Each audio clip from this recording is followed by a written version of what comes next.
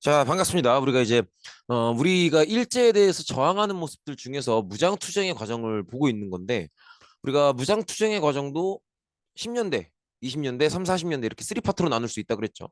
1910년대에는 만주 연해주 지역을 중심으로 여러 가지 독립운동 기지들이 건설돼서 이제 투쟁을 준비하는 모습을 봤고요.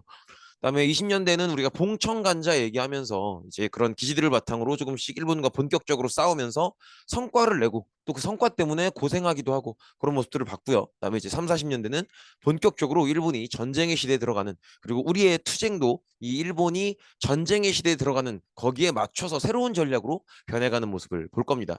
여기서 말하는 이 일본이 치러낸다는 전쟁은 결국 우리가 배웠던 만주 침략, 중일 전쟁, 태평양 전쟁 이 3단계의 침략의 확장을, 그래서 만주 침략부터 중일 전쟁까지는 중국과 그다음에 태평양 전쟁은 미국과 치러내는 그런 모습을 볼 수 있다는 거죠. 그렇게 보시면 되겠고, 그래서 일본이 본격적으로 중국과 미국과 전쟁에 들어가자 우리도 거기에 발맞춰서 새로운 전략을 향해서 나아가는 그런 모습을 보게 될 거다라는 거죠. 천천히 보도록 하죠. 그리고 제가 지금 몇 번 말씀드렸지만 사실은 조금 혀도 많이 부어 있고 목도 조금은 쉬어 있는 상태고 그래요. 그래서 조금 양해를 부탁드립니다. 아무튼 그렇고요. 그래서 어, 천천히 한번 보시면 일단은 우리가 이제 드디어 1930년대가 들어왔어요. 그래서 일본이 본격적으로 이제 1929년부터 시작된 경제 대공황을 이기지 못하고 이걸 좀 극단적인 방법으로 해결하기 위해서 외부에 대한 군사적인 침략을 하고 있는 모습인데, 사실은 이 부분은요. 요렇게 봐주시면 돼요. 우리가 이미 봤잖아요.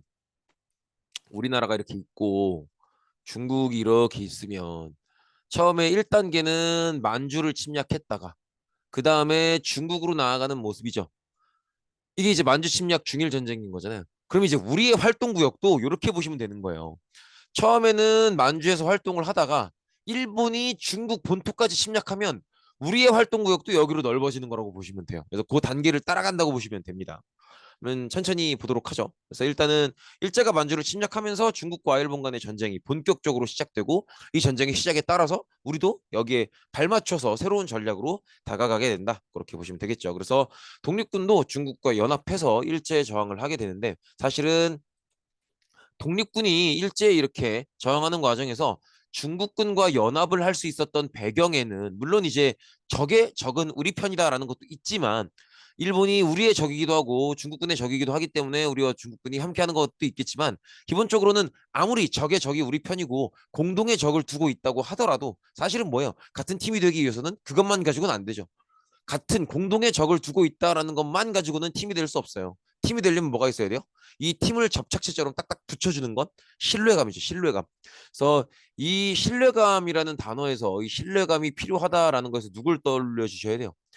이 신뢰감을 만들기 위해서 누가 필요했었다? 윤봉길이 필요했었던 거죠. 윤봉길의 이제 상해 점령식에서의 홍커 공원, 이제 일본군의 상해 점령식에서의 그 어떤 의거를 꼭 떠올려 주셔야겠죠. 그래서 윤봉길 절대 잊지 마시고요. 아무튼 독립군이 중국군과 연합해서 일제에 저항하는 모습을 볼 수 있었죠. 그래서 이렇게 아마 기억날 거예요. 우리 봉천간자 할 때 봉오동 전투, 청산리 전투 여기서 성과 내고 일본이 이들의 성과를 이제 보통 사람들의 지원이다 이렇게 얘기를 하면서 이제 이 만주, 특히나 한반도에 가까운 간도 지역에 있는 이제 일반인들을 무차별적으로 공격하기 시작하죠. 그래서 이 일반인들에게 피해를 주면 안 되기 때문에 독립군들이 이제 러시아의 자유시 스보보드니라고 하죠. 그 지역으로 떠났다가 거기서도 참변을 당하면서 다시 만주로 돌아와서 다시 이제 독립운동을 하기 위해서 조직을 재정비해서 세웠던 게 참의부, 정의부, 신민부였죠. 근데 이제 요런 상태인데, 요런 상태에서 이제 일본이 만주 지역을 침략하면서 이렇게 우리가 러시아로 돌아와서 재정비해 두었던 이 기지들, 참의부, 정의부, 신민부, 이 지역의 이 독립운동가들이 이제 만주 침략 이후로 중국과 팀이 돼서 이제 일본을 상대로 싸우는 모습이라고 보시면 되겠죠. 그래서 그때 이제 이 만주 지역에서 러시아에서 돌아와서 다시 만든 이 만주 지역의 독립군 기지들이 바로 이 단체들이라고 볼 수 있는데, 이 단체들도 우리가 이렇게 흩어져 있으면 안 된다. 더 강해지기 위해서는 힘을 모아야 된다라고 생각을 해요. 그래서 이제 민족 유일당 운동이라고 해서 이렇게 이 단체를 하나로 합치려는 운동을 해요. 근데 지금 보시면 가지가 두 개로 뻗어 있죠. 이 사람들이 하나로 합치려고는 하는데 결국 의견이 맞지 않아요. 그러니까 왜 의견이 맞지 않냐면 단체가 연결되는 단체 동맹식으로 합칠 것인가? 아니면 기존의 단체를 다 해체하고 개인 단위의 거대한 하나의 단체를 만들 것인가? 이것 때문에 여기 합의가 안 돼서 결국은 하나의 단체로 합쳐지지 못하고 두 개의 단체로 정리가 됩니다. 그래서 개인끼리의 조합을 얘기했었던 혁신의회와 단체 연합을 얘기했었던 국민부 이렇게 합쳐지게 되고 이 혁신의회를 이끌었던 정당이 한국독립당이고요. 이 한국독립당이 지휘했던 군대가 한국독립군이고요. 이 한국독립군의 지휘 장교가 이제 여기 나오는 지청천입니다. 그다음에 국민부도 마찬가지예요. 국민부를 이끌었던 정당이 조선혁명당이고요. 이 조선혁명당이 이끌었던 군대가 조선혁명군이고요. 이 조선혁명군을 지휘했던 장군이 양세봉 장군이라고 보시면 됩니다. 되게 복잡하죠. 되게 복잡한데 솔직하게 말씀드리면 막 이 만주 지역에서의 이 부분까지 다 막 외워라 이런 말은 안 나와요. 편안하게 봐주시면 좋을 것 같습니다. 그래서 이렇게 보시면 되는데 이제 한국 독립군, 조선혁명군 이 두 부대만 외우시면 돼요. 이 두 부대가 그 당시 만주 지역에 있었던 중국군과 함께 힘을 합쳐서 일본군을 상대로 싸웠다. 그게 이제 만주 침략 이후의 모습이다. 그렇게 봐주시면 되겠습니다. 근데 이제 여기 전체 여러 가지 뭐 단어들 중에서 지청천이라는 저분의 이름은 꼭 기억을 해 주셨으면 좋겠어요. 왜냐면 나중에 또 나올 거거든. 아무튼 그렇게 넘어가도록 하고요. 그래서 어쨌든 한국독립당, 조선혁명당 이 당들이 이끄는 한국독립군, 조선혁명군 이 두 부대가 만주 지역에 있었던 중국군과 연합해서 이제 일본을 상대로 싸우는 그런 전쟁에서 많은 성과를 냈었다. 그리고 그 이후에 지청천은요 임시정부의 요청을 받아서 임시정부 쪽으로 넘어가게 됩니다. 그렇게 봐주시면 되겠고요. 그다음에 중국 관내라고 하면요.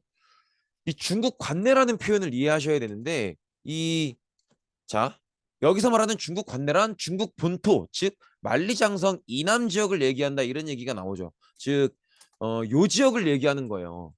중국은 한족의 나라죠. 물론 다른 소수민족들도 있지만 대체로는 이제 많은 비율로 한족들이 살잖아요. 근데 이 한족들의 관념 속에 생각 속에는요. 예를 들어서 만리장성이 뭐 이렇게 있다고 치면 이 만리장성이 얘들한테는 심리적인 북방한계선이에요. 만리장성 넘어 그 위쪽은 북방민족의 세계라고 생각한단 말이에요. 그래서 보통 중국 관내라고 하면 여기서 말하는 중국 관내는 중국 정부가 관리하는 이내 지역.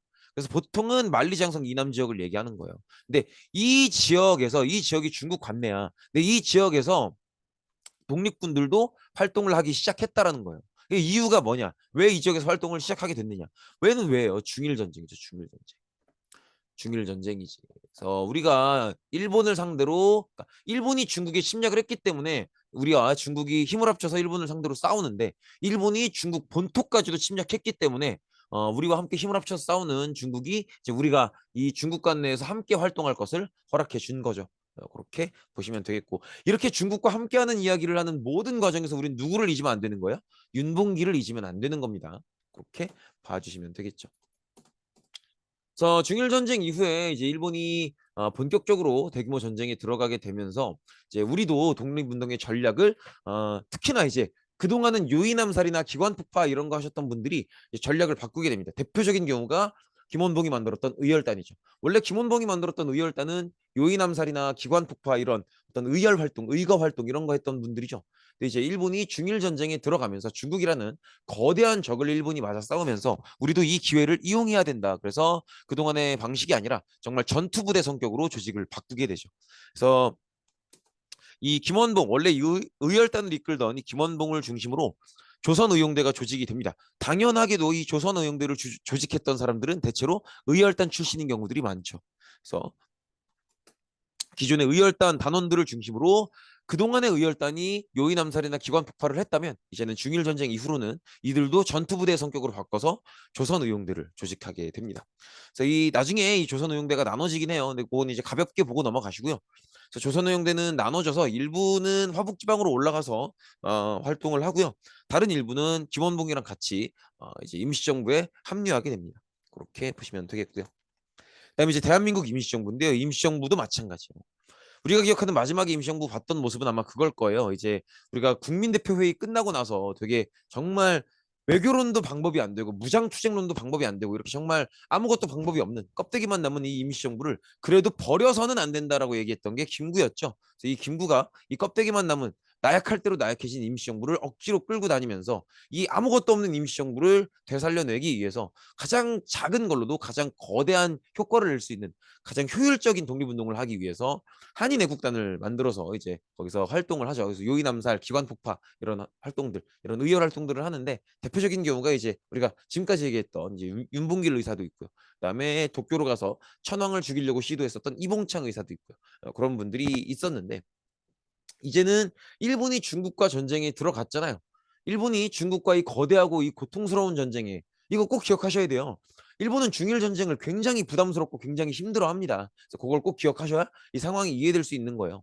일본이 중일 전쟁에서 중국이랑 싸우는 걸 힘들어하는 만큼 그게 우리 독립군들한테는 이 일본과 효과적으로 싸울 수 있는 기회가 되는 거예요. 이 기회를 놓치면 안 되겠죠. 그래서 마찬가지로 임시정부를 이끌고 있는 김구도 내가 그냥 더 이상 한인의 국단처럼 이렇게 요인암살하고 그것만으로 끝내서는 안 되겠다. 일본이 중국을 상대로 힘든 전쟁을 치르고 있을 때 나도 나서서 어떻게 하겠다? 이제 우리가 의열 활동이 아니라 어떤 전투 부대를 만들어서 본격적으로 전쟁을 하는 그런 형태로 독립운동의 방식을 바꿔야겠다라고 생각을 하는 거죠. 어쨌든 임시정부는 일본군이 상하이를 점령한 뒤로 중국 각지를 옮겨 다닙니다. 그 일본군이 상하이를 언제 점령하냐면 일본군이 만주를 침략하죠. 만주를 침략할 때 어떤 세계인들의 시각을 돌리기 위해서 만주 침략하고 얼마 안 돼서 상하이도 침략을 해요. 이 상하이 위치가 어떻게 되냐면 예전에 몇 번 보여드린 적이 있는데 여기거든요. 지금 이 지역이 만주잖아요. 일본이 이 지역을 침략한 다음에 세계인들의 시선을 돌리기 위해서, 그러니까 만주를 확보하기 위해서 세계인들의 시선이 다른 곳으로 돌아가길 원했던 거죠. 그래서 상하이를 공격해요. 근데 이제 임시정부는 원래 상하이에 있었잖아요. 상하이에 있었는데 일본이 공격을 해오니까 여기 있으면 안 되겠죠. 그래서 막 이렇게 떠나서 돌아다니기 시작했던 거예요. 여기저기 막 갔다가 이제 마지막에 저 깊숙이 충칭으로 이 중경이 중국어로 발음하면 충칭이에요. 이 충칭에 정착을 하게 된 거죠. 어쨌든 임시정부는 아까 얘기했던 것처럼 이제 본격적으로 전쟁의 시대에 들어갔기 때문에 이 전쟁에 대응하기 위해서 지청천 기억나시죠? 우리 만주 지역에서 한국 독립군이 이끌었던 그 지청천을 모셔서 총사령관으로 삼고 드디어 전투부대 성격의 한국 광복군을 창설합니다. 그러니까 우리가 뒤이어서 정리하겠지만 임시정부가 어떤 활동의 성격과 방향을 완전히 바꾼 거예요. 일본이 전쟁을 일으키기 전에 임시정부의 방법은 외교론이었죠. 근데 이제 외교론이 성과를 잘 못 내면서 무장투쟁론자들과 갈등을 갖고 있다가 일본이 본격적으로 전쟁에 들어가면서 이제 이런 어떤 본격적인 전투부대의 성격을 보이게 되는 거죠. 그래서 이분 지청천이 이제 임시정부에 합류하게 되고요. 임시정부는 이제 김구를 주석으로 삼아서 조직을 전투부대를 위한 전투에 대응할 수 있는 전쟁에 대응할 수 있는 정부 조직으로 재정비하려고 노력을 합니다. 그리고 이제 정말 일본이 중일 전쟁 나아가서는 태평양 전쟁에 이르기까지 굉장히 대규모의 국가와 대규모의 전쟁을 치르고 있기 때문에 일본이 상대가 중국, 미국 이렇잖아요. 중국, 미국을 이게 말이 돼요? 지금 생각하면 진짜 말도 안 되는 거예요. 지금 전 세계에서 가장 강력한 나라 두 개가 중국, 미국 아닙니까? 미국이 완빵이고 그다음 투빵이 중국이잖아요. 근데 그 두 나라를 동시에 맞서 싸우고 있는 거예요, 일본이. 그럼 이제 우리 입장에서 볼 때는 그전엔 그런 생각 안 했는데 일본이 이런 대규모의 전쟁을 벌이니까 일본 진짜 망할 수도 있겠는데? 이런 생각이 드는 거죠. 그러면 우리가 일본이 망하는 과정에서 우리가 독립한다는 게 당연하게 주어지는 게 아니에요. 이거 절대 오해하시면 안 됩니다. 일본이 망한다 그래서 일본이 망한다가 곧 한국 독립을 의미하는 게 절대 아니에요. 일본이 망하더라도 일본이 망하는 과정에서 우리가 독립을 간절하게 원하고 있다는 걸 증명을 해내야 돼요. 그리고 그 증명은 이 일본에 대한 투쟁일 수밖에 없어요. 우리가 파이트 마인드를 보여줘야 된다고. 이해되시겠죠? 그래서 이렇게 임시정부에서 한국 광복군도 창설하고 이런 노력을 하는 거예요. 그다음에 우리는 반드시 일본으로부터 벗어나서 우리만의 국가를 세우고 싶다라는 걸 보여줘야 되기 때문에 우리는 건국을 위해서 나라를 세우기 위해서 노력하고 있다라는 걸 보여주려고 건국 강령도 만드는 겁니다. 건국 강령이라고 하는 건 우리가 앞으로 이제 일본의 지배를 벗어나서 새로운 나라를 만들 건데 그 나라를 만들어 가고 운영하는 과정에서 반드시 지켜야 되는 원칙을 정하겠다라는 거죠. 그게 이제 이 건국강령을 삼균주의라 그래서 조소왕 선생이 쓰시는데 원래 삼균주의는 인균, 족균, 국균이라 그래서 인균 모든 사람은 평등하고 족균 모든 민족은 평등하고 국균, 모든 국가는 평등하다 이런 뜻이에요. 그러니까 그렇게 생각해 보면은 3.1운동 당시에 이 김동립 선언서의 인류평등 사상을 이어오는 사상이기도 하죠. 아무튼 그런데 조금 더 구체적으로는 특히나 인균, 사람이 모두 평등해야 된다라는 그 방법에 대해서는 이제 정치, 경제, 교육의 균등을 얘기하고 있죠. 그래서 정치의 균등이라고 하는 건 참정권의 균등을 얘기합니다. 정치에 참여하는 권리의 균등함. 즉 모두가 똑같은 한 표를 행사해서 투표를 하고 또 모두가 내가 후보로 나아갈 수 있고 이런 참정권의 평등을 얘기하는 거고요. 그다음에 교육의 균등은 이제 국가의 시민으로서 반드시 필요한 교육은 그 교육에 들어가는 비용을 정부가 대고 모든 국민들에게 그 교육의 기회를 보장하겠다라는 거죠. 그래서 지금 여러분들 초등학교, 중학교 의무로 다니면서 거기에 필요한 비용은 최대한 정부가 제공하는 것과 마찬가지라고 보시면 되겠습니다. 그렇게 보시면 되겠고, 그 다음에 경제적인 균등은 사실 경제적인 균등은 뭐라고 말하기가 힘들어요. 그 당사 사회에서 어떻게 합의하느냐의 문제인데, 어, 경제적으로 활동할 수 있는 기회 보장의 균등을 얘기할 수도 있고요. 결과론적으로 가진 재산이 똑같아야 된다. 그 정도로 가면 사회주의죠. 사회주의인데, 여기서는 이제 지나치게 거대한 대규모나 어떤 그런 인프라를 갖춘 시설은 국민이 함께 쓸 수 있어야 된다 이런 걸 얘기하는 거예요. 그래서 어쨌든 경제적 균등을 얘기하고 있습니다. 아무튼 그런 모습을 볼 수 있고요. 그래서 어쨌든 결과적으로 보면은 이제 만주에서 활동하고 있었던 지청천 장군께서 임시정부의 부름을 받아서 이렇게 내려오는 모습이고요. 그다음에 김원봉은 김원봉대로 기존에 이제 요인암사라고 이런 단체, 의열단체였던 의열단을 이제 전투부대 성격으로 바꿔서 조선의용대로 새롭게 조직을 하고 있는 모습이죠. 근데 나중에 이 조선의용대가 이제 일부 임시정부로 합류하기도 한다는 거죠. 그다음에 이제 임시정부가 시기에 따라서 상황에 따라서 어떤 조직의 성격이 변해간다라는 걸 좀 아셨으면 좋겠어요. 아까도 했던 얘기긴 한데 천천히 한번 표로 정리를 해보면 이렇다는 거죠. 일단은 처음에 임시정부를 조직할 때는 상하이에 조직하죠. 상하이에 조직한다는 것 자체가 사실은 뭘 의미하는 거였어요. 이 임시정부의 독립운동 방식이 외교론의 방식이 될 거다라는 걸 의미하는 거였죠. 근데 이제 외교론이 잘 안 되죠. 워낙 이제 일본이 우리나라를 식민지로 만들 때부터 조선은 일본 거라는 국제적 합의를 받아놓은 상태이기 때문에 어떤 열강들, 뭐 여기서 말하는 열강은 강력한 나라를 얘기하죠. 유럽의 열강들, 프랑스나 영국이나 아니면 뭐 유럽은 아니지만 미국도 그렇고요. 그런 강력한 나라들, 식민지를 갖고 있고 세계 이제 국제 정세의 발언권이 센 그런 강력한 나라들을 열강이라고 하는데 그런 열강들이 이제 우리한테 관심이 없단 말이에요. 그래서 외교론을 실패하게 되죠. 그러면서 처음부터 이제 외교론을 비판했었던 무장투쟁론자들, 연해주의에 있었던 그 무장투쟁론자들이 이제 본격적으로 외교론을 까고 외교론을 주도해 왔었던 사람들을 까기 시작하죠. 봐라, 그거 안 된다고 하지 않았냐? 어떤 나라가 우리나라한테 관심 있다고 누구한테 도와달라는 거냐? 안 도와준다고 하지 않았냐? 근데 그거 고집부려서 하더니 이게 뭐냐? 이런 식으로 따지는 거죠. 근데 사실은 반대로 생각해 보면 무장투쟁론도 답이 되진 않죠. 우리가 저 당시 상황에서 일본을 상대로 맞짱 떠서 이긴다는 게 쉬운 그림은 아니죠. 그러다 보니까 이 둘의 갈등이 심해지는데 이 갈등을 대화로 풀어보기 위해서 했던 게 국민대표회의죠. 근데 역시 우리가 생각했던 대로 외교론도 답이 아니지만 무장투쟁론도 정답은 아니었기에 이 회의는 결국은 아무런 결론 없이 결렬돼 버리죠. 그리고 이 회의가 결렬되면서 임시정부가 완전히 약해지게 되죠. 완전 껍데기만 남는 상태가 되는데 이 표현을 잘 기억해 두셔야 돼요. 껍데기만 남는 상태다라는 건 그래도 누군가는 껍데기라도 포기하지 않았다는 거죠. 그 사람이 껍데기마저 포기해버렸다면 우리는 껍데기만 남았다라고 말하지 않고 그냥 해체되었다 이렇게 얘기했을 거예요. 근데 어떤 누군가는 아무것도 안 남고 정말 나약해진 이 임시정부, 이 임시정부의 껍데기라도 포기하지 않았다. 그 사람이 누구예요? 그 사람이 바로 김구죠. 김구. 그래서 이 이후로 임시정부는 김구의 지도를 따르게 되죠. 근데 이제 김구는 이 정말 껍데기밖에 안 남은 이 임시정부를 되살리기 위해서 극한의 효율을 추구하게 되죠. 아주 작은 걸 투자해서 거대한 어떤 효과를 누릴 수 있는. 그래서 이 극한의 효율을 얻어내기 위해서 선택했던 운동 방식이 바로 의열 활동이죠.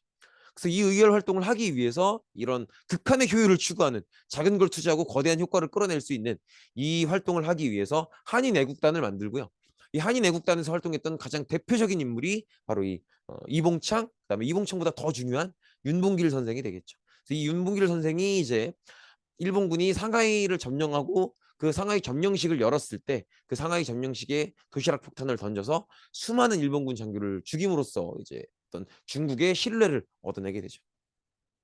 그리고 일본이 이제 본격적으로 전쟁의 시대에 들어가면서 우리도 여기에 발맞춰서 전쟁에 대응하게 되죠. 그래서 일본의 전쟁 상대였던 중국, 그다음 미국 이들과 함께 움직여서 우리가 일본을 상대로 싸울 의사가 있고 최선을 다해서 싸울 것이고 이 싸움을 통해서 우리가 일본의 지배로부터 벗어나서 독립을 강력하게 원하고 있다는 걸 스스로 증명해 보이려는 모습을 보이죠.